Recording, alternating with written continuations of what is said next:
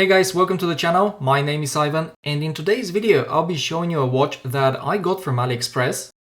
The brand is I&W Carnival, and I don't have any previous experience with them, but this dressy GMT model with the Seiko NH34 is quite impressive considering how cheap it is.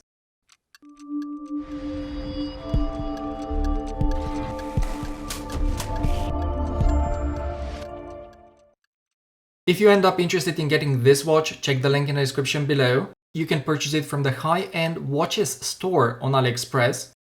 It will set you back only $140 or euro. And as I already mentioned, this watch features a Seiko NH34 automatic movement. You can get it with a black or white dial, and it comes on a leather strap, which is not bad at all. The packaging is not really worth mentioning, but here it is anyway. The box is nice and compact, but nothing special. And inside, besides the watch, you also find an unsigned warranty card and a user's manual. Alright, let's start talking about the watch itself. Of course, the first thing I would like to mention are the dimensions. The case diameter of this watch is 40.6mm, which doesn't sound very dressy, but it actually looks quite nice on the wrist, as you'll see in a moment. Then we've got the lug to lug, which is 47, and here's the thickness as well, 12.3mm.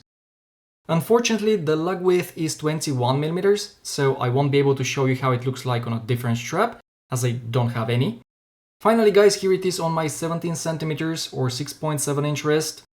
In my opinion, it looks really nice. On the supplied black leather strap it weighs only 70 grams, and as a result it sits comfortable on the wrist.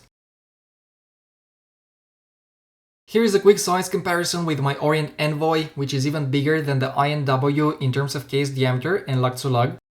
The I&W is slightly thicker, but overall it's much more wearable than the Orient. After all, a case diameter of 43 versus 40.6mm and the lug to lug of 50mm versus 47.8 is quite a bit of a difference. I would say that the I&W feels and wears almost exactly the same as the more common and much more popular 40mm Orient Bambino. When it comes to the build quality and the finishing, the I&W is actually very nicely made considering its affordable price. It's made of stainless steel, the case is fully polished, and it even comes with a slightly domed sapphire crystal. If you turn it around, you'll see that it also features an exhibition case back, which for some odd reason is tinted in orange. By the way, it's a press-on case back, so the water resistance is only 30 meters. But hey, let's be honest, this is not the kind of watch that one would like to go swimming with, so I don't think it should be taken as a negative. Design-wise, at the first glance, this I&W Carnival reminds me of the Cartier Ballon Bleu. We can even suggest that it's an homage of it, but at the same time, it's quite different. I mean, the case design is completely different, the handset is different, and there are also differences between the two dials. To be honest, the only similarity are the Roman numerals, so I'll leave it to you to decide whether that's enough to call the I&W a Cartier homage. Since I've mentioned the dial, let's have a closer look at it.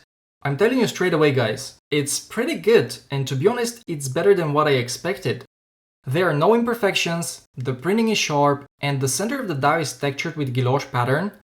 I also want to compliment I&W for the decent date integration at 3 o'clock. And finally, the blue handset looks great. The minute and the second hands extend all the way to the minute track. And finally, the GMT hand has a nice red tip, so that you can easily distinguish it from the rest. The GMT numerals are a bit on the smaller side, but as a whole, the dial is very nice and it's also legible enough. I've said it at the very beginning, but to make sure you haven't missed it, I'll say it again. This watch comes with the Seiko NH34 movement, which is probably one of the aspects that make this watch so attractive. As you know, the NH34 is literally an NH35, but with an office GMT complication, and it performs really well. Dial up, fully wound, it runs 9 seconds fast per day, which is excellent considering that the acceptable daily deviation for this caliber is stated to be between -20 to +40 seconds per day.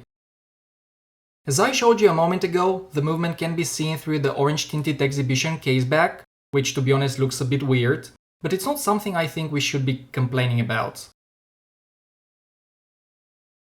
Guys, the bottom line is the I&W Carnival is surprisingly nice, it looks quite good, the build quality is decent. I would say it's as good as an Orient Bambino, if not slightly better since it comes with a sapphire crystal. There is just one thing that I&W could have done better, and that's the crown.